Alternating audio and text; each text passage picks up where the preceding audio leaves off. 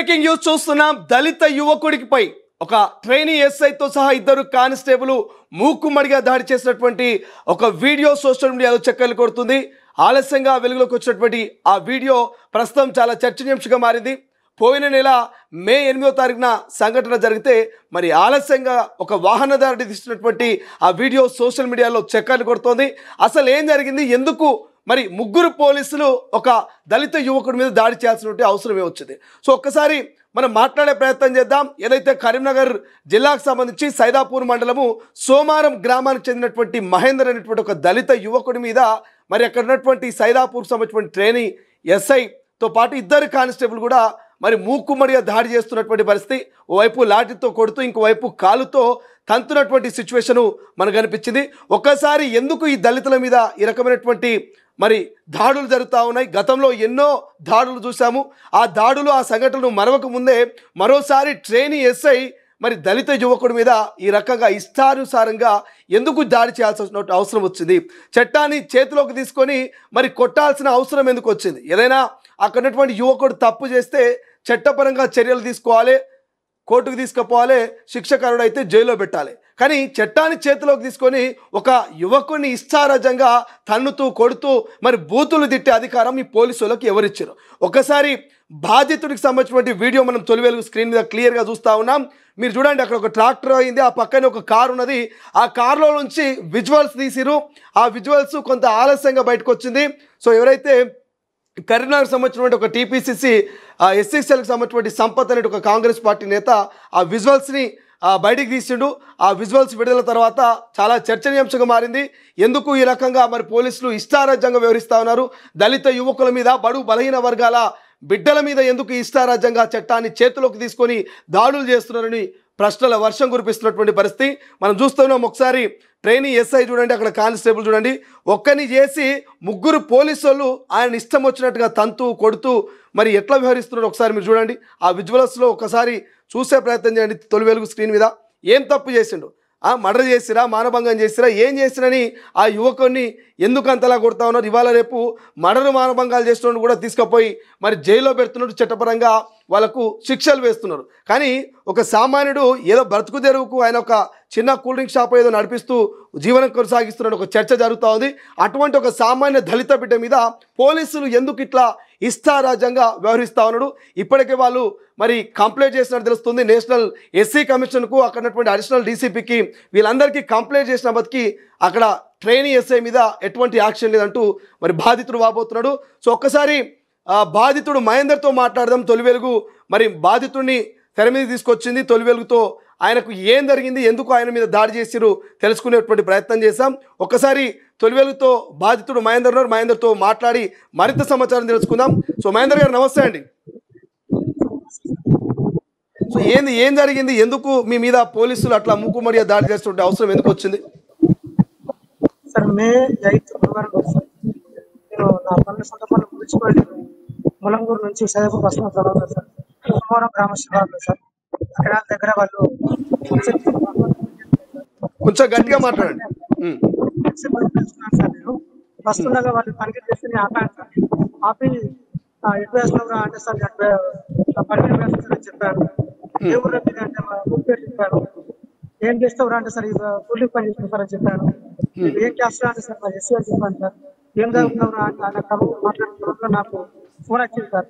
నేను మా ఫోన్ మాట్లాడుతున్నా, తాగిన వాళ్ళని ఫోన్ మాట్లాడుతున్నా సార్. మాట్లాడుతుంటే నేను మాట్లాడుతున్నా ఫోన్ మాట్లాడుతున్నా సార్.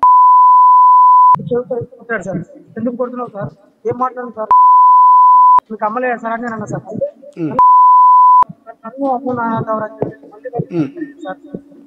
నన్ను ఒక గంట సేపు సార్ నన్ను చాలా నన్ను ఏ విధంగా అంటే మొబైల్పై నిలిచిపెట్టి కొడుతూ ముఖంపై ముందుకు విపరీతమైన దాడి చేశారు సార్. లాస్ట్ ఏమైందంటే గంట నన్ను నా బండి అంటే బండి వెళ్ళే సార్. నా సెల్లు తీసి పగలగొట్టింది సార్. సెల్లు ఎక్కడరా, రేపు పొద్దున తీసుకుని పో, నీకు సెల్లు ఏం లేదు పోరా అని చెప్పి సెల్లుకేసుకుంటారు సార్. నేను నా బండి వెళ్తానని చెప్పి 6:30 ఆ టైంలో నాకు అప్పుడు పోయేటప్పుడు చేసి నాకు 120 వచ్చింది సార్. వెళ్ళిపోరాను ఫోన్ తీసుకొని పోయాను సార్. పట్టించుకొని పోతుంది సార్. తీవ్రంగా చెప్పేసరికి సార్ వాళ్ళు వచ్చిన పోలీసు రికార్డ్ సార్ మన స్టేషన్కి వెళ్ళాం సార్. వెళ్ళాక ఎస్ఐ గారు ఇమీడియట్ గా నువ్వే స్టే చేసిన నువ్వే చేసిన వాళ్ళు వస్తాను రావురా వాళ్ళని బద్దలాడుకుంటూ రావురా నువ్వు నాకు ఫోన్ చేయండి సార్ అంటే పొద్దున్న వాళ్ళంతా చెప్పిన వాళ్ళంతా వాళ్ళు వచ్చారు సార్. వచ్చిన నువ్వు అక్కడ పొద్దున్న కట్టారు సార్. వాళ్ళు సీసీ ఫుటేజ్ ఉంటుంది సార్ అది తీయమని చెప్పండి సార్. నా కాలు మొక్కుతున్నారు సార్, దండం చేస్తున్నారు సార్. నాతో భయపెట్టించి అరే నీకు కేసు చేయడానికి ఏం జాబ్ రాదురా, నీకు నువ్వు 10 ఏళ్ళు జైలు పోతావురా, చక్కగా రాయాలంటే సార్ నాకు అవసరం లేదు సార్, ఫోన్ అవసరం సార్ నేను రాయను సార్ అన్నా కూడా బలవంతంగా తీసుకుపోయి కూర్చుని పెట్టి నాదే తప్పు నేనే తీసుకుపోవచ్చు అని చెప్పేసి నాతో బలవంతంగా రాస్తున్నారు సార్. సో ఇది రైతు లేదు జరిగితే ఆ రోజు రాత్రి నేను చెల్లెలు పెట్టేసుకుంటే నేను హాస్పిటల్కి వెళ్ళాను సార్.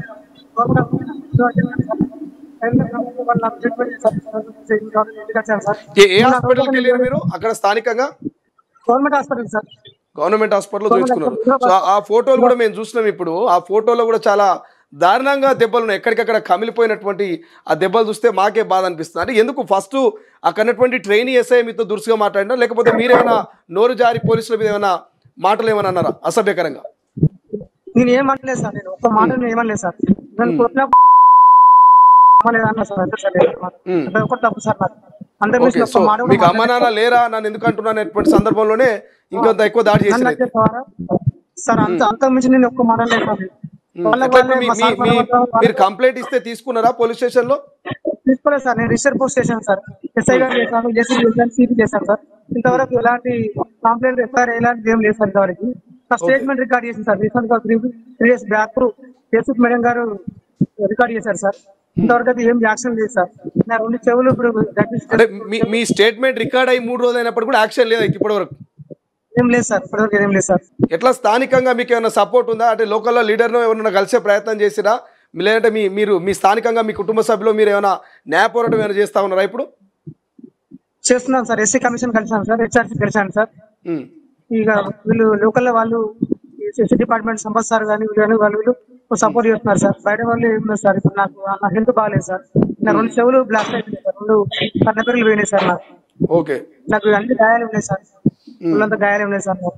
నేను ఏం పని చేసుకునే పరిస్థితులు ఉన్నాయి సార్ ఇప్పుడు నేను. మళ్ళీ పోలీసు వాళ్ళు ఏమైనా ఫోన్ చేసి బెదిరించారా? ఈ దాడి చేసిన వాళ్ళు ఏమైనా ఫోన్ చేయడము లేకపోతే కాంప్రమైజ్ అవ్వండి అని చెప్పి మీతో మాట్లాడడం కానీ ఆ కేసు విత్డ్రా చేసుకోవడం ఇట్లా ఎందుకు పెద్ద పై ఆఫీసర్ల దగ్గరికి పోతున్నాను ఏమైనా బెదిరించే ప్రయత్నాలు ఏమైనా జరిగినాయా అక్కడ నుంచి? ఏం లేవు సార్, అలాంటి ఏం లేవు సార్. ఎట్లా ఈ వీడియో ఒకటి తీసినట్టు మీకు ఏమైనా తెలుసా? అసలు అక్కడ వీడియో ఒకటి నన్ను కొడతా ఉంటే షూట్ చేసిన అన్నట్టుగా వీడియో తెలిసిందా? తర్వాత సోషల్ మీడియాలో ప్రత్యక్షమైన మీరు ఆ వీడియో చూసుకున్నారా? అక్కడ చాలా మంది తీసారు సార్ వీడియోలు, చాలా మంది దగ్గర వీడియోలు ఉన్నాయి సార్. ఓకే, చాలా మంది దగ్గర అయితే వీడియోలు ఉన్నాయి సార్, చాలా మంది దగ్గర వీడియోస్ ఉన్నాయి సార్. చాలా వ్యక్తులు ఉన్నాయి సార్. ఇప్పుడు 21-20 seconds ఉన్నాయి సార్. ఇంకా చాలా వీడియోలు ఉన్నాయి సార్. పోలీసులు కాబట్టి భయపడి బయటికి పెట్టలేదు సార్ వాళ్ళు. ఓకే, ఒక్కసారి సంపత్ గారు ఉన్నారు, సంపత్ గారితో మాట్లాడే ప్రయత్నం చేద్దాం తొలి వెలుగు వేదికగా. సో కాంగ్రెస్ పార్టీ నేత మాట్లాడే ప్రయత్నం చేద్దాం. సంపత్ గారు ఎట్లా చూస్తారు ఈ కేసుకు సంబంధించి? మీరు కొంత సపోర్ట్ ఇస్తా ఉన్నారు, మాకు మద్దతు ఇస్తా ఉన్నారు, సంపత్ లాంటి వాళ్ళు అని చెప్పేసి చెప్తా ఉన్నారు. ఎట్లా చూస్తారు పోలీసులు ఇట్లా ఇష్టారాజ్యంగా చట్టాన్ని చేతిలోకి తీసుకొని మరి దళిత యువకుల మీద దాడిని ఎట్లా చూస్తారు మీరు? ఈ రాష్ట్రంలో ఫ్రెండ్లీ పోలీస్ అనేది స్పష్టంగా ప్రభుత్వాలే చెప్తున్నాయి. ఒక్క దళితుల్ని పట్టుకొని ఆయన ట్రైనింగ్ పీరియడ్ లో ఉన్నప్పుడే ఈ రకంగా కొడితే అసలు ప్రజాస్వామ్యం ఉందా లేదా? మనం ఎక్కడనో ఏదో బీహార్ రాష్ట్రంలో లేకుంటే ఛత్తీస్గఢ్ రాష్ట్రంలో ఉన్నట్టుంది తెలంగాణ పరిస్థితి. అని అంటే మేము గత 20 రోజుల నుండి అనేక సాక్ష్యాలు చూపిస్తూ పోలీస్ డిపార్ట్మెంట్ కు ఫిర్యాదు చేయడం జరిగింది. ఓకే, ఎస్సీ కమిషన్ లో కూడా ఇవ్వడం జరిగింది, జాతీయ ఎస్సీ కమిషన్ లో కూడా ఇవ్వడం జరిగింది. వాళ్ళు నోటీసులు కూడా జారీ చేశారు. కానీ పోలీసు వాళ్ళు మొత్తమే దానికి ఆయనకు సపోర్ట్ చేస్తూ ఆయనకు అండగా ఉండి కనీసం ఇప్పటి వరకు దాని మీద ఎలాంటి నోటీస్ ఇవ్వకుండా ఆయన మీద ఎలాంటి చర్యలు తీసుకోకపోతే ఈ ప్రభుత్వం మీద కానీ ఈ చూసే సొసైటీలో తప్పుడు సమాచారం తప్పుడు భావన పోయే ప్రమాదం ఉంది. వెంటనే ఆయన మీద సస్పెన్షన్ వేటును అటెంప్ట్ మర్డర్ కేసు నమోదు చేయాలి. ఎందుకంటే ఆయన ఏ సెక్షన్ లో కూడా రాజ్యాంగంలో ఎక్కడ కూడా ఏ సెక్షన్ లో కూడా ఒక కొట్టుమాని నేరస్తుని పట్టుకొస్తేనే కొట్టలేని పరిస్థితి. ఆయన ఒక పీజీ చేసి ఒక బీఈడి చేసిన వ్యక్తి అదే వేరే వ్యక్తులను పట్టుకొని కొట్టే పరిస్థితి. అంటే నేను అనేది ఆయన పోగానే ఏం పేర్రా, నీ పేరేం పేర్రా, నువ్వేం చదివినవురా, నీవేం కులంరా అని మాట్లాడుతూ, అదే రెడ్డి వెలమలు అయితే ఈ పరిస్థితి ఉంటుందా? మహేందర్ రెడ్డి అనగానే రెడ్డి గారు పక్కపండి కూర్చోండి, రెడ్డి గారు అటు కూర్చోండి అని చెప్పగలుగుతారు. మహేందర్ అనగానే ఆ వీడియోలు చిన్న కులస్తుడు కాబట్టి పోలీసు వాళ్ళు ఎంతసేపు తప్పుడు భావనతోటి ఏమో అన్నట్టు ఏదో అన్నట్టు ఈయన మాట్లాడిండు అని అంటున్నారు. ఏం మాట్లాడిండు ఈయన? పోలీసు వాళ్ళను గల్లలు పట్టే పరిస్థితి, పోలీసు వాళ్ళను అరే అనే పరిస్థితి, ఇంకేమన్నా అనే పరిస్థితి ఉందా? వాళ్ళు కొట్టుకుంటా తన్నుకుంటా అరే నీ అమ్మ అని మాట్లాడుకుంటా ఈ రకంగా చూసే సమాజానికి పోలీసుల మీద గౌరవం ఉండాలి, పోలీసుల మీద భయం. కాంగ్రెస్ అధికారులు మీరు కూడా కాంగ్రెస్ పార్టీకి సంబంధించి ఎస్సీసీలకు సంబంధించి నాయకులు ఎట్లా చూస్తారు లా అండ్ ఆర్డర్ విషయంలో? ఎట్లా చూస్తారు? ముఖ్యమంత్రి గారి దగ్గరనే హోంశాఖ ఉన్నది, ఎట్లా మీ ప్రభుత్వంలో ఉండి మరి మీరు ఇంత ఫైట్ చేస్తున్నా కూడా అక్కడ ఎటువంటి యాక్షన్ లేదు? 3 రోజులు అయిందంట స్టేట్మెంట్ రికార్డ్ చేసి కూడా. మీరు అక్కడటువంటి స్థానిక ఎమ్మెల్యే దగ్గరికో మంత్రి దగ్గరికో ఈ అంశాన్ని దృష్టికి తీసుకుపోలేరా? తప్పకుండా మా మంత్రి గారి దృష్టికి ఇంకా పోలేదు ఈ అంశము. మా మంత్రి గారి దృష్టికి కనుక పోయేది ఉంటే ఇప్పటికే చర్యలు ఉండేవి. ఎందుకంటే మా మంత్రి గారి దృష్టికి కానీ ప్రభుత్వం స్పష్టంగా చెప్తుంది, ఫ్రెండ్లీ పోలీస్ ఉండాలి, ఎవరిని కూడా కొట్టదు, ఎవరన్నా ఏదైనా తప్పు చేస్తే ఆ కేసులు పెట్టి జైలుకి పంపాలి. చట్టం ఎందుకుందండి? చట్టము రాజ్యాంగం ఎందుకుంది? మనం ప్రజాస్వామ్యంలో ఉన్నామా లేకుంటే చీకటి రాజ్యంలో ఉన్నామా? పోలీసు వాళ్లకు ఇది పోలీసులు చేసిన తప్పిదము, ప్రభుత్వం చేసిన తప్పిదం కాదు. ఓకే, ఈ సంఘటన కారణం అయితే తప్పకుండా అత్యుత్సాహము మేము అధికారుల దృష్టికి కూడా తీసుకెళ్ళినాము. వాళ్ళు కూడా చాలా సీరియస్ గా మేము ఎంక్వైరీ చేస్తున్నాము, విచారణ జరుపుతున్నాము అని చెప్తున్నారు. కానీ విచారణలో ఎక్కడ కూడా చర్యలు తీసుకున్నట్టు అనిపిస్తలేవు. అంటే ఇదే రెడ్లు వెలుమ ఎక్కడనో ఎవరినో రెడ్డోలనో వెలుమలోనో ఎక్కడన్నా ఎవరినన్నా బ్రాహ్మణులనో కొట్టి ఉంటే ఇన్ని రోజులు ఉంటాయా అండి చర్యలు తీసుకోకుండా? ఆల్మోస్ట్ మేము దళితులు కాబట్టి అవును ఇప్పటి వరకు కూడా ఆయనే బహిర్గతంగా చెప్తున్నాడు, నాకేం జరగదు, నాకు అధికారులు అంటా ఉంది, ఏం చేస్తారో చూస్తాం. వీడియో ఉందని ఎవరన్నా వీడియో ఉందని అంటే అరే నువ్వు వీడియో బయట పెడితే నీ పరిస్థితి ఎట్లా చూడరా అని వీడియో ఇచ్చిన వాళ్ళకి, వీడియో ఎవరి దగ్గర ఉంటే. అంటే ఇంత అరాచకము ఇంత అది చేస్తే పోలీస్ డిపార్ట్మెంట్ మీద ఏ రకమైన నమ్మకం ఉంటది? పోలీస్ డిపార్ట్మెంట్ మీద ఒక భార్గవ్ ట్రైనింగ్ ఎస్ఐ పోలీసులు కూడా దీన్ని ఉన్నత అధికారులు తప్పకుండా చర్యలు తీసుకోవాలి. డీజీపీ గారు కానీ సిపి గారికి కానీ.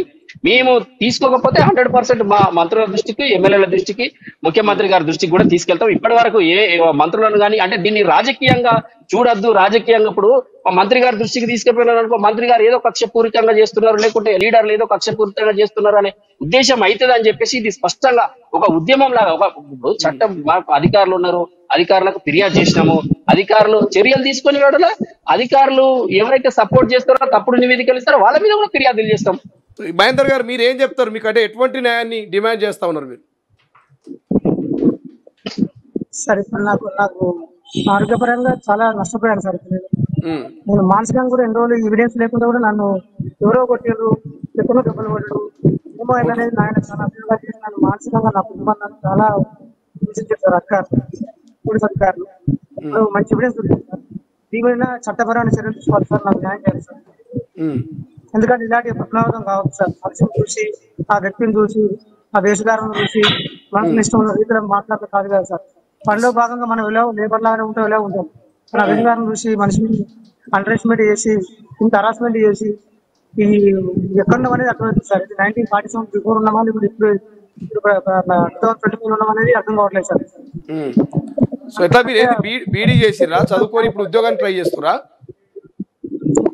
సార్? ఇప్పుడు ఏం లేదు సార్, ప్రెసెంట్ గ్రూప్ 4 రాసింది sir. Sir so cool drink shop నడుపుతూ జీవనాన్ని కొనసాగిస్తారు అయితే సార్? అవును సార్. ఫైనల్ ఏం చెప్పదలుచుకున్నారు? అంటే రాష్ట్ర ప్రభుత్వాన్ని కానీ పోలీసులు కానీ ఏమైనా రిక్వెస్ట్ చేద్దాం అనుకుంటారా? ఎటువంటి న్యాయం కావాలనుకుంటారు?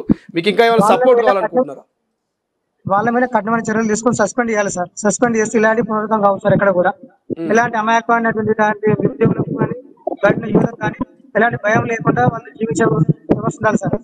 అంతేకాని మనిషిని కొట్టడం, హరాస్మెంట్ చేయడం, మానసిక కుంభ తీయడం ఇలాంటి పునరుద్ధం కావచ్చు సార్. ఇప్పుడు కానీ సస్పెండ్ చేసినాం, న్యాయం చేయాలి సార్. ఓకే, సో ప్రధానంగా ఇక్కడ మీకు బాగా వీపులో తగిలినట్టుగా కనిపిస్తా ఉన్నాయి చూస్తూ ఉంటే. మీరు అంటూ ఉన్నారు 2 చెవులకు అంటున్నారు, ఇంకా ఎక్కడెక్కడ మీకు దెబ్బలు తగిలే బాగా? బటక్స్ మీద సార్, ఎల్బో మీద సార్, నడుము మీద సార్, నడుము మీద ఎక్కువ, నడుము మీద సార్, బటక్స్ మీద సార్, మెడల మీద సార్, ఈ చెవులు చెంపలు ఇవన్నీ మొత్తం చాలా పరిస్థితి. నేను ఫోన్ కూడా మాట్లాడలేదు సార్ మొన్నటి వరకు, 3 days తర్వాత ఫోన్ కూడా మాట్లాడలేని పరిస్థితి సార్. నేను నాకు చెవులు కూడా చక్కగా సౌండ్ హియరింగ్ ఏం లేదు సార్, నాకు వినబడి లేదు, వినికిడి కోల్పోతుంది అయితే మెల్లగా sir. Right, thank you for joining అండి మహేందర్ గారు, సంపత్ గారు. ఇది ఓవరాల్గా అయితే అటు సంపత్ చెప్తా ఉన్నాడు, ఇటు బాధితుడు మహేందర్ చెప్తా ఉన్నాడు. ఇంకా ఎన్ని రోజులు ఈ వివక్షతలు చూపించడం? ఓ రెడ్డి సామాజిక వర్గానికో, లేకపోతే వెలమ సామాజిక వర్గమో, లేకపోతే ఇంకొక అగ్ర వర్ణాలకు చెందినటువంటి బిడ్డల మీద ఇట్లే దాడి చేస్తారా? అక్కడున్నటువంటి ట్రైనీ ఎస్ఐ వాళ్ళ ట్రైనింగ్లో ఉంటూనే ఈ రకంగా బూతులు మాట్లాడుతూ ఇష్టారాజ్యంగా అటు లాఠీలతో ఇటు కాళ్ళతో తంతు తిడుతున్నటువంటి పరిస్థితి. ఇంకా మనం ఎక్కడున్నాం, ఎక్కడ అభివృద్ధి చెందుతున్నటువంటి టెక్నాలజీ పెరుగుతూ ఉంది, ఇంకా ఈ కుల వివక్షతలేంటి, ఈ దళితుల మీద దాడి ఏందని అక్కడ మహేందర్ బాధితుడు ప్రశ్నిస్తున్నాడు, సంపత్ ప్రశ్నిస్తున్నాడు. ఆయన బీఈడీ కంప్లీట్ అయింది. నేను రీసెంట్గా మరి ఉద్యోగాలకు ప్రిపేర్ అవుతూ ఉద్యోగాలు అటెంప్ట్ చేస్తున్నాను. ఒక చదువుకున్నటువంటి నా మీద ఈ రకమైనటువంటి దాడి చేస్తే చదువుకు వెనుకబడినటువంటి ఎంతోమంది దళిత పేద బిడ్డలు ఉంటారు, వాళ్ళ మీద ఎట్లా వ్యవహరిస్తారు? అసలు ఈ పోలీసులకు మరి చట్టాన్ని చేతిలోకి తీసుకునే అధికారం ఎవరిచ్చారు? రాజ్యాంగంలో ఏమైనా రాసి పెట్టుందా ఇష్టారాజ్యంగా ఇట్లా దళిత బిడ్డల మీద దాడి చేయాలని? మరి నిజంగానే అక్కడ ఏమైనా తప్పు చేస్తే, పోలీసుల పట్ల దురుసుగా ప్రవర్తిస్తే, మరి నిజంగా పోలీసుల మీద బూతులు మాట్లాడితే మరి ఆ పోలీసులు చట్టపరంగా ఆ మహేందర్ మీద కేసు ఫైల్ చేసి కోర్టులో హాజరుపరిచి జైలుకు. ప్రపంచంలో ఏ మూల ఏ క్షణం ఏం జరుగుతుందో వేగంగా తెలుసుకోవడానికి తొలి వెలుగు వాట్సాప్ ఛానల్ని ఫాలో చేయండి.